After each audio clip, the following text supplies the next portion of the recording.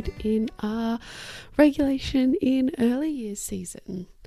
So today we're going to be talking about supporting that regulation skill development in our kids. So we've had a nice big chat about what co-regulation is, what regulation is, how we can, start to help kids when they're having and experiencing some of those big emotions.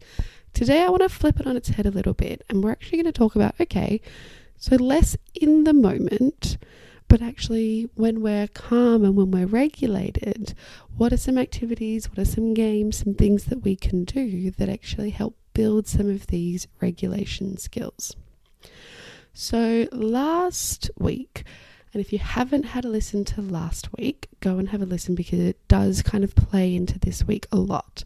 So last episode, I keep saying last week, but my best laid plans did not work and it's been a bit more than a week. But last episode, we were talking about this idea of flipping the lid and when our thinking brain and our feeling brain are no longer connected.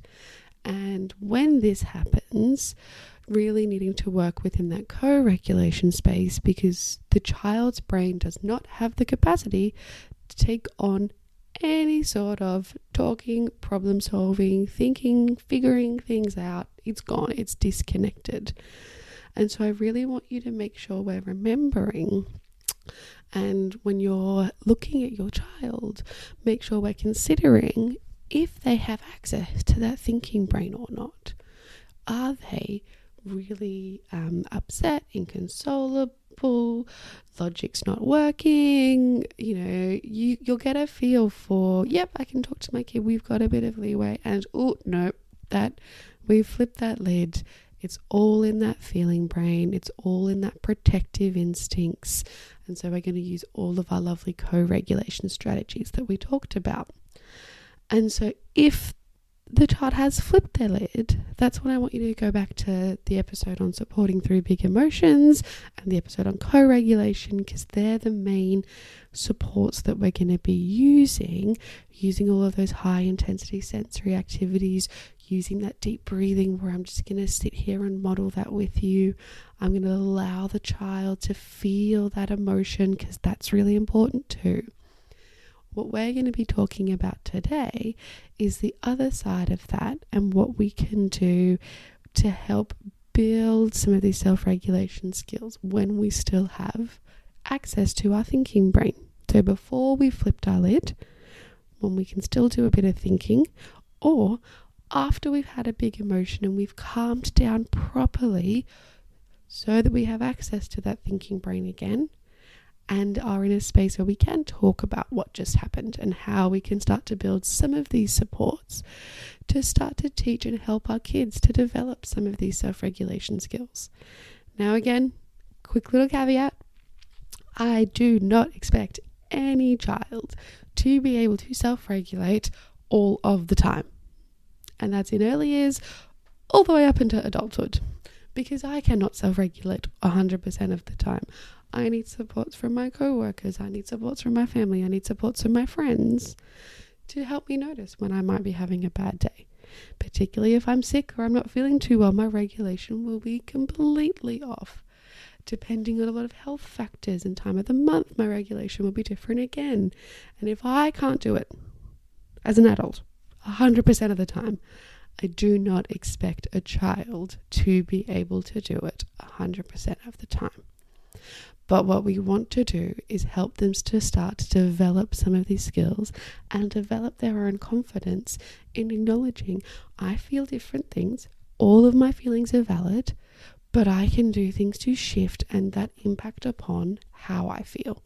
And so if I'm having a tricky day, we can start to help them build a toolkit of activities and things, for lack of a better word, that we would call their regulation tools or their regulation toolkit. What are the activities? What's the music? What's the deep pressure that they like? What are the go-tos that we know will help them feel a little bit better?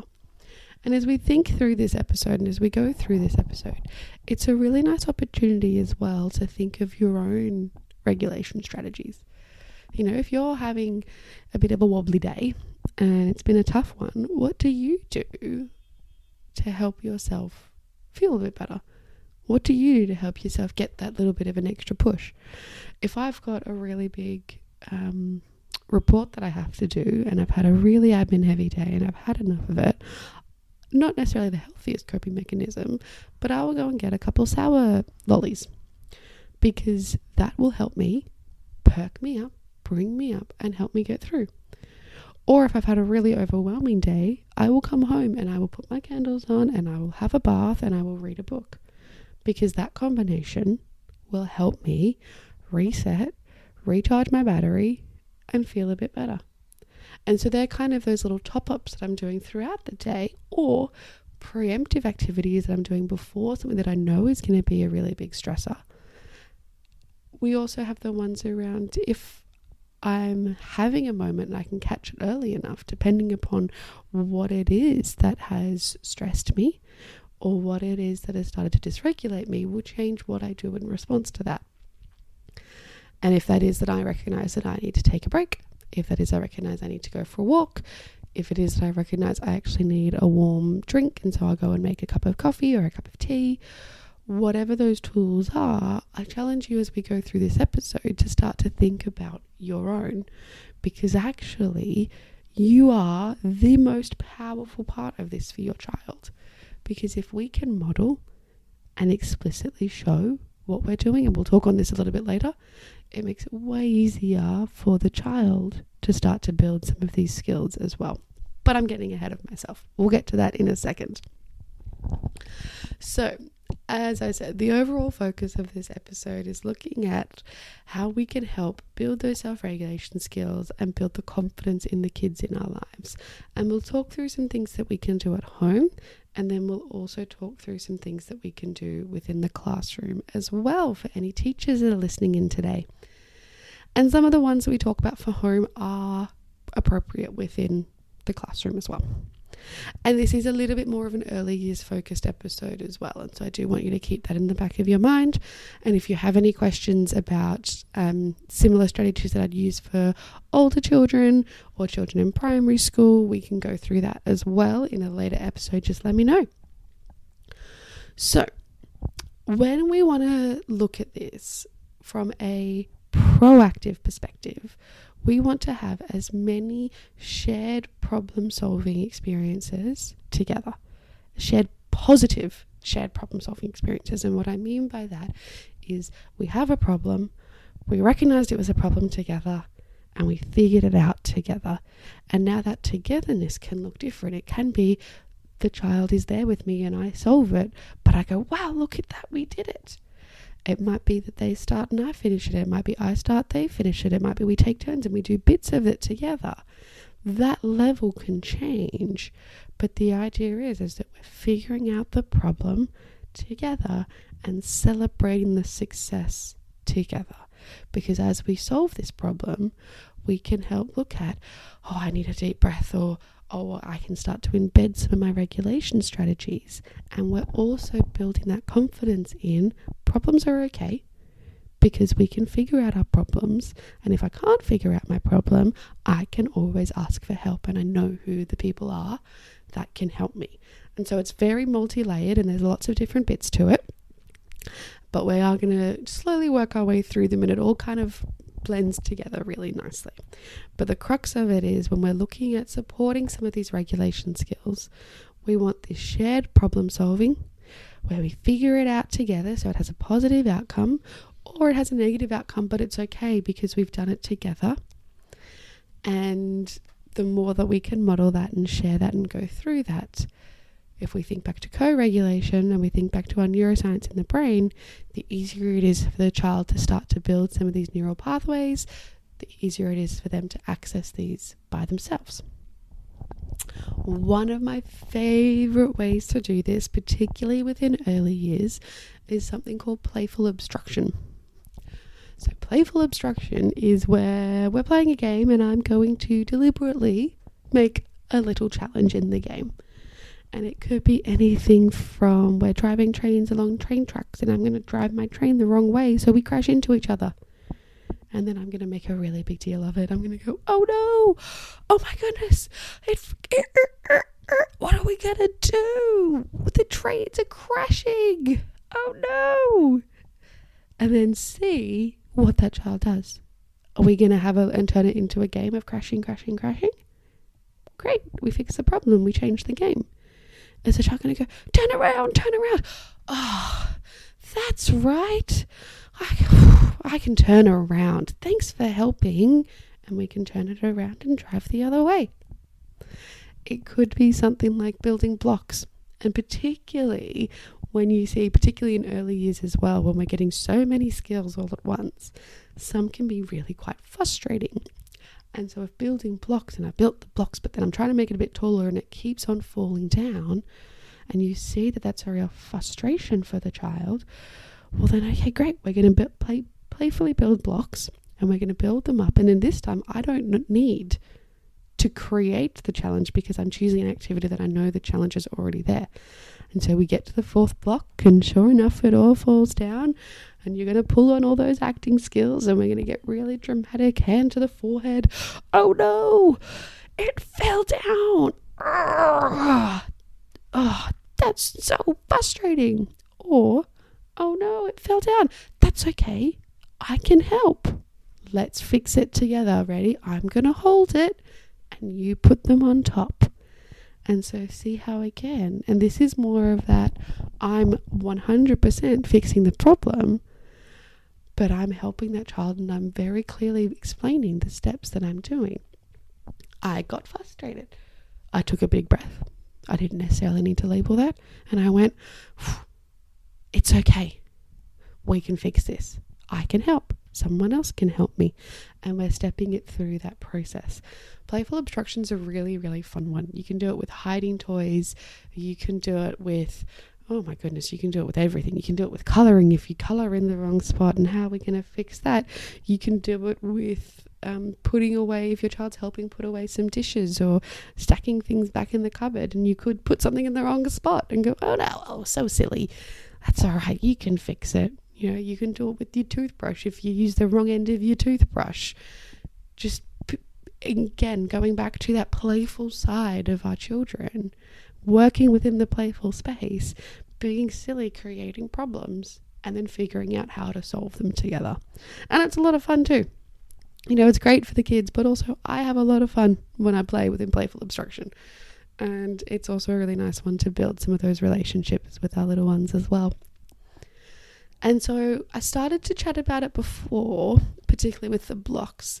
But the next thing that we're going to talk about is a really powerful strategy, is talking through the challenge. And this could be a challenge that you've created, like in playful obstruction. This could be a challenge that they're having and that you've seen.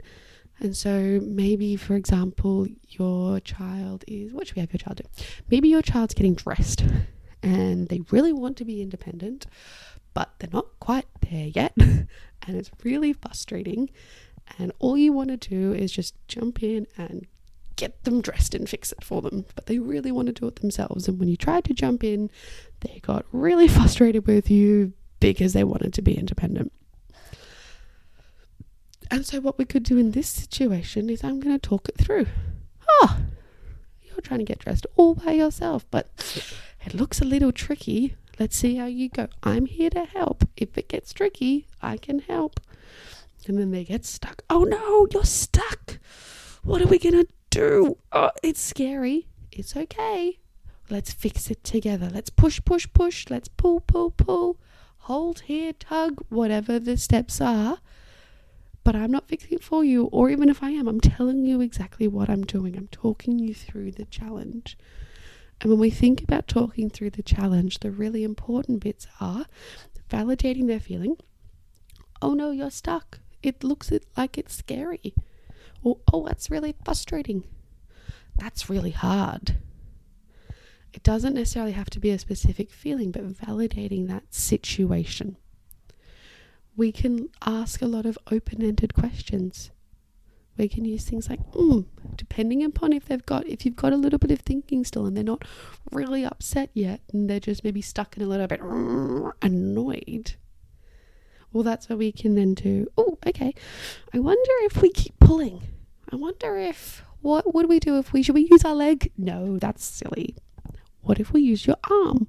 Can your hand hold it? And I'm helping through that thinking and giving that brain something to focus on that knows that we're going to figure it out together. Because I'm not jumping in and just saying, come on, shirts on, problem's fixed. Now, don't get me wrong. Sometimes I definitely will just jump in and go, fixed. Because it's not worth it, particularly if they're flitting into that flipping the lid. And you know that if we don't fix this pretty quickly, we're going to be having a really big emotion. So in those cases, jump in, fix it. If you catch it early and you have that time, I wonder, what if we used your knee? No, that's not going to work. Let's try your hand. I wonder if you hold the top and keep pulling and keep pulling and keep pulling. And then we start to talk it through. The third tip, which I've kind of been talking about already, but we want to find a fun way to do it and want to bring in that bit of playfulness. So using the dressing example again, you may have heard, should we use our foot? Should we use our knee? No, that's not going to work. But it breaks out of that frustration and brings a bit of humor and brings a little bit of playfulness into it. Or if you know that they're going to have to do something that's tricky for them, finding a way to bring play into it. So if it's brushing our teeth, can we brush our teeth with a song? Do we have a little dance that we can do while we brush our teeth? Can the child brush my teeth? And you know, maybe I'm pointing and doing this one, and I'm going to pull in a bit of a funny voice, like, and then when they're doing their teeth, I might mimic the exact same funny voice, so that we've got some giggles and things happening, and we're doing the tricky thing, and we're doing the thing that makes us feel a little bit uncomfortable in a fun way. To bring in that playful side is so powerful, because if we're playing and we're enjoying what we're doing, so much easier to learn, and then afterwards we can sit down and go, wow, that's a really tricky thing for you, but you did it. You kept trying. We had our little song, and look at that, you did it. High five. That's amazing. So cool. And then you help them reflect on that and reflect on that win. And so that leads me into the last really important bit around talking through the challenge is reflecting once we're calm and once we're in a place that we're able to. And so you can do this following a really big emotion, and we've done all that co-regulation bits. And it could be as simple as, wow, that was really tricky, but you know what? We figured it out together. Mum helped, Dad helped, Grandma helped, Granddad helped, Aunt, Uncle, whoever was there, and we calmed down together and we figured it out. Amazing. You came and got help. Fantastic. Or it could be the step above, which is, wow, you were getting dressed and found that really tricky. It was really hard. What did we do? We took a big breath. We tried something, it didn't work, but then we tried something different and that worked. And then we helped ourselves feel better again. And so just helping them kind of think through and really celebrate the successes.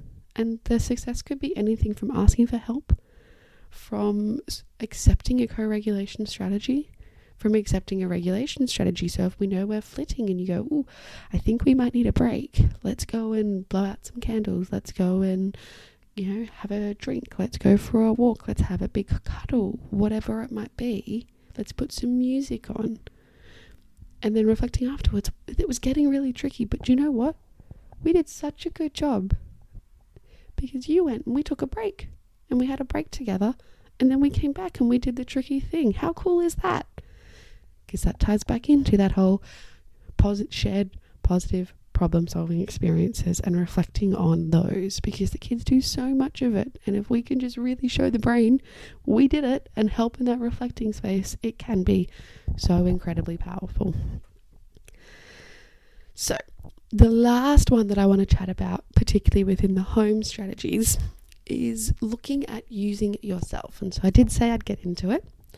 And you are incredibly powerful when it comes to supporting regulation skills, particularly at home and, well, in the community, everywhere really. And something that doesn't come naturally, and something that I've had to work on a lot, is actually using yourself as a model. Model your own frustrations. Be really open and honest about them. And if that's really tricky, make them up. It could be you're cooking and I don't know, what can we do in my cooking? Maybe we're cooking and you don't have the right ingredient and your child's in the kitchen and you can just go, oh, I don't have the right ingredients and I'm really frustrated. I don't know what I'm going to do. I'm going to take a breath. I'm going to take a minute. I'm going to help my body and my brain feel better, and then I'm going to think. And so you might sit down with them and say, I'm going to join you and do some colouring. And then once you've done colouring for a minute, you might go, okay, I'm going to have a think. Now, I don't have the ingredients, but I can grab something else. It might be that, it's getting really noisy and your kids are making a lot of noise and you're just going, oh, mummy's getting really, really overwhelmed with all the noise. I'm just going to go get a drink and take a minute and then I'll be back. And it could be as simple as that. Using yourself as a tool to model to your kids that frustrations, big feelings, happiness, excitement, all of these things happen. We can get overexcited and need to calm ourselves down. We can do prep activities if I know I'm going to do something tricky. And so even as simple as saying, oh, I'm feeling a little worried today because I've got something quite tricky on at work, but I'm going to be okay and this is how I'm going to do it. And that's probably a little bit of an older kids one, some of these ones, but you can still do it at a young age, particularly within that playful obstruction side of things. You could be doing your own colouring next to your child and scribble outside the lines and pretend to get really frustrated by that. And then not pretend, but you pick a regulation strategy, take a deep breath, tell yourself it's okay. Any of these little strategies can be really, really powerful to then model to your child. And then come back and go again. Because that's the really important bit, is that we can have all of our feelings and we can come back and we can try again. Alrighty, so that wraps up what some of the parent-focused strategies are. And as I said, some of those are very relevant within the school as well. I did also want to touch on a couple of school specifics. Oh, actually, before I do that, I've got the hiccups. One more that is applicable to both. When we're regulated, one thing that we can do that can be very, very powerful within building regulation skills is creating plans and scripts for tricky activities. And so it could be something like maybe going to the shops is really stressful for your child and you've had lots of instances of big emotions. Well, we can talk about this. Say, well, we're going to be going to the shops today and the shops are really tricky. So what can we bring from home? What are we going to do? And if you start to feel a little wobbly, how are you going to tell me? And so that we've already kind of created a plan for the situation. And so then when we're at the shops, we've got our toys with us and we start to feel a little wobbly. So you go, oh, I can see it. Let's grab our toy. And what are we going to do with our toy? Are we going to hug our toy? Are we going to squeeze our toy really tight? Are we going to pet our toy? Are we going to play and just distract ourselves? Whatever that might look like. And then if it doesn't work and we start to get a little bit more wobbly, what was our strategy around asking for help? Was it, I was going to reach out and touch mum's arm, or does mum need to help me notice, or does dad need to help me notice and say, I think it's time we take a break? All of these different things can just give you a tiny bit, and I'm not saying it's a lot, but a tiny bit of extra wiggle room when we're then in the stressful situation, because it's not, oh my goodness, I'm not feeling okay and I don't know what to do. It's, oh my goodness, I'm not feeling okay, but hang on, we talked about this and I think I can do this. It's just that fraction of an extra little second that can help. And it can be the same as if you're going to be going on a really long walk, if you're going to be going on a really long car trip, but it's going to be really boring, having a plan of this is going to be boring and frustrating. But here's the things that we can do in the car to help make it a bit easier. And it just gives you something to fall back on as well, because in that moment, instead of it being, are we there yet? Are we there yet? Are we there yet? It's, are we there yet? Oh, we're not. But remember, we had choice 1, 2, and 3. Which one would you like to do? Gives you a little bit of something else to fall back on as well, and can be a really powerful space. Alrighty. Oh, this episode's going to be a little bit of a long one, but that's okay. So a couple for the classroom, and I put the classroom ones in because we're thinking kind of that preschool, kinder year 1, or nursery reception year 1 if you're in the UK. Honestly, working overseas and having to figure out the different school years has been a whole mental process. But so I think kind of those really young years. What we want to be doing is having spaces that have heaps of options of appropriate regulation strategies. Maybe it's a space to go and blow some bubbles. Maybe it's a space to just go and sit, some soft blankets that we can curl up in. Somewhere we can play some music, all of these different strategies. And if you want a list, I can easily put one together, but there are heaps out on the internet as well. But having somewhere that we can start to label as this is where we can go to help ourselves feel better, so that if the classroom gets too overwhelming, we can guide the child there and help them access the regulation tools. And then over time, they can start to learn that this is a safer space, this is where I can go to have a bit of a break, this is a quieter space that I can access to help me feel better. Doing things like little body check-ins around how everyone's feeling. And it doesn't have to be labeling emotions. It can be is everyone's body, and it could be things around like doing PE, going outside. Is everybody's body ready to run? Am I going to wiggle around, or do we need to wake our bodies up? Simple little check-ins to help us start to notice some of those interoceptive cues and match my energy to the activity that I'm doing. Or if we're going to sit down for reading time, okay, everybody, let's relax those muscles. Let's take some big breaths. Let's slow our bodies down. And we're going to come and sit down on the carpet and we're going to read a story. And so we're just giving those extra little cues around what we can do to help our bodies get ready for the activity.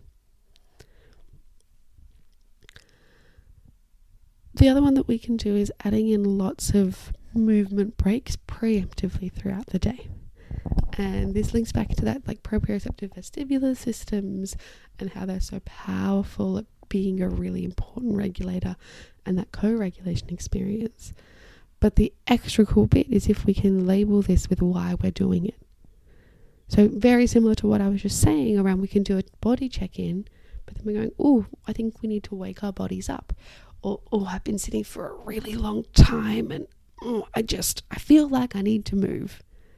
And so then we can put a movement break in. But we're just giving it with that extra little bit of an explanation. And then we can link it to some feelings. Oh, I was feeling really frustrated, or I'm feeling really sleepy. So this is what we can do. And again, a lot of that adult-led modeling is really powerful in this.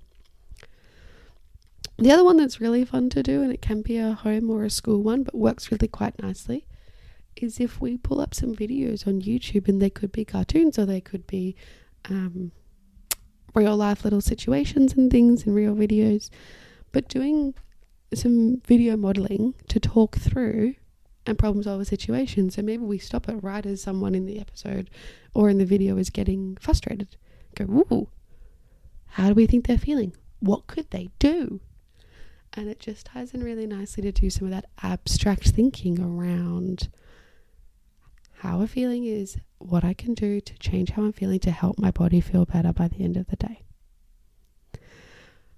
So, quite quick on some of those classroom strategies, but the really important ones, and they kind of link into what we were talking about before with some of those more home-based ones, is looking at crux to take home. As many positive, shared, problem-solving experiences as possible.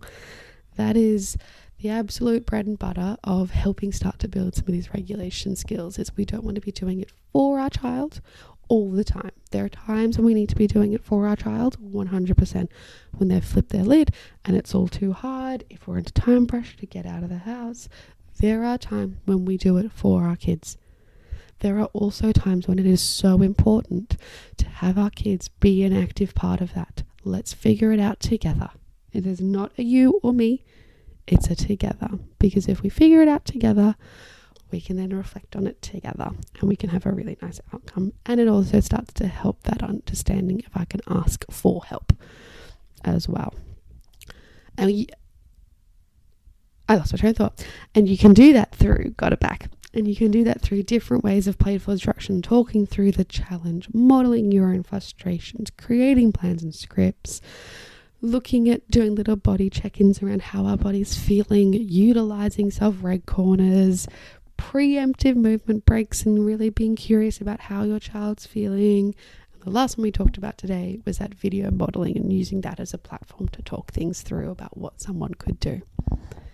Lots of information for you today, guys. I hope it was helpful. And next episode will be our last episode on regulation in early years. I cannot believe we're coming up to the end of season 3. And we're going to look at how we can use some of these regulation skills that we've talked about to support that persisting through challenging activities. We talked a little bit on it today. I want to talk about it in a little bit more detail in our next episode. And then that'll be the end of our regulation in early years. But for now, have a lovely, lovely week. If you have any questions, comments, please feel free to send me a message. And as always, share the podcast around with anyone you think might enjoy it. All right, guys, have a good one. Bye.